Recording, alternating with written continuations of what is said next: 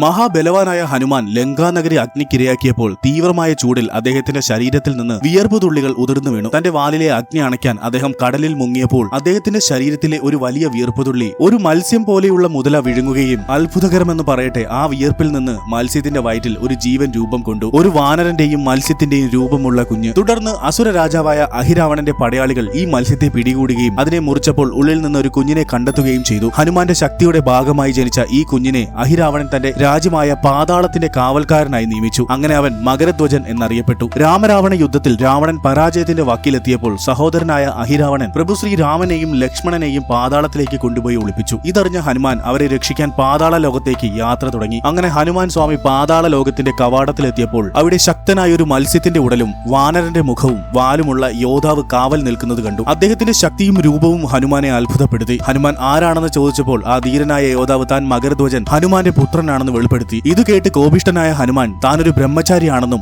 മകനുണ്ടാകാൻ സാധ്യതയില്ലെന്നും വാദിച്ചു. അപ്പോൾ മകരധ്വജൻ തന്റെ അത്ഭുതകരമായ ജനനകഥ പറഞ്ഞു. സത്യം മനസ്സിലാക്കിയ ഹനുമാൻ തനിക്ക് അകത്തു പോകണമെന്ന് ആവശ്യപ്പെട്ടു. എന്നാൽ മകരധ്വജൻ തന്റെ യജമാനനായ അഹിരാവണനോടുള്ള കൂറ് കാരണം ഹനുമാനെ തടഞ്ഞു നിർത്തി. ഒടുവിൽ പിതാവും പുത്രനും തമ്മിൽ ഉഗ്രമായ യുദ്ധം നടന്നു. ഹനുമാൻ തന്റെ അസാമാന്യ ശക്തി ഉപയോഗിച്ച് മകനെ തോൽപ്പിച്ച് ബന്ദിയാക്കി. അകത്തേക്ക് കടന്ന ഹനുമാൻ അഹിരാവണൻ പ്രഭു ശ്രീരാമനെയും ലക്ഷ്മണനെയും ബലി കഴിക്കാൻ ഒരുങ്ങുന്നത് കണ്ടു. അഹിരാവണനെ വധിക്കണമെങ്കിൽ വിവിധ ദിശകളിലായി വെച്ചിട്ടുള്ള 5 വിളക്കുകൾ ഒരേ സമയം കെടുത്തണമായിരുന്നു. അഹിരാവണന്റെ ഭാര്യയായ ചന്ദ്രസേനയിൽ നിന്നും ഈ രഹസ്യം മനസ്സിലാക്കിയ ഹനുമാൻ ഈ വെല്ലുവിളി മറികടക്കാൻ ഹനുമാൻ തന്റെ പഞ്ചമുഖ രൂപം സ്വീകരിച്ചു. 5 മുഖങ്ങളുള്ള ഈ രൂപം 5 ദിശകളെയും പ്രതിനിധീകരിക്കുന്നു. ഈ രൂപത്തിൽ ഹനുമാൻ ഒരേ സമയം 5 വിളക്കുകളും കെടുത്തി അഹിരാവണനെ വധിക്കുകയും ചെയ്തു. ശേഷം പ്രഭു ശ്രീരാമനെയും ലക്ഷ്മണനെയും സ്വതന്ത്രരാക്കി. പ്രഭു ശ്രീരാമൻ മകരധ്വജനെ പറ്റി അറിഞ്ഞപ്പോൾ ഹനുമാൻ അവനെ അദ്ദേഹത്തിന് മുന്നിൽ കൊണ്ടുവന്നു. ഹനുമാൻ പുത്രന്റെ കൂറും ധീരതയും കണ്ട് സന്തോഷിച്ച ശ്രീരാമൻ മകരധ്വജനോട് പാതാളത്തിന്റെ ചുമതല ഏറ്റെടുക്കണമെന്ന് പറഞ്ഞു. ശേഷം ഹനുമാനെയും രാമനെയും ലക്ഷ്മണനെയും വണങ്ങി മകരധ്വജൻ തന്റെ പുതിയ ചുമതല ഏറ്റെടുത്തു. മകരധ്വജന്റെ ഈ കഥ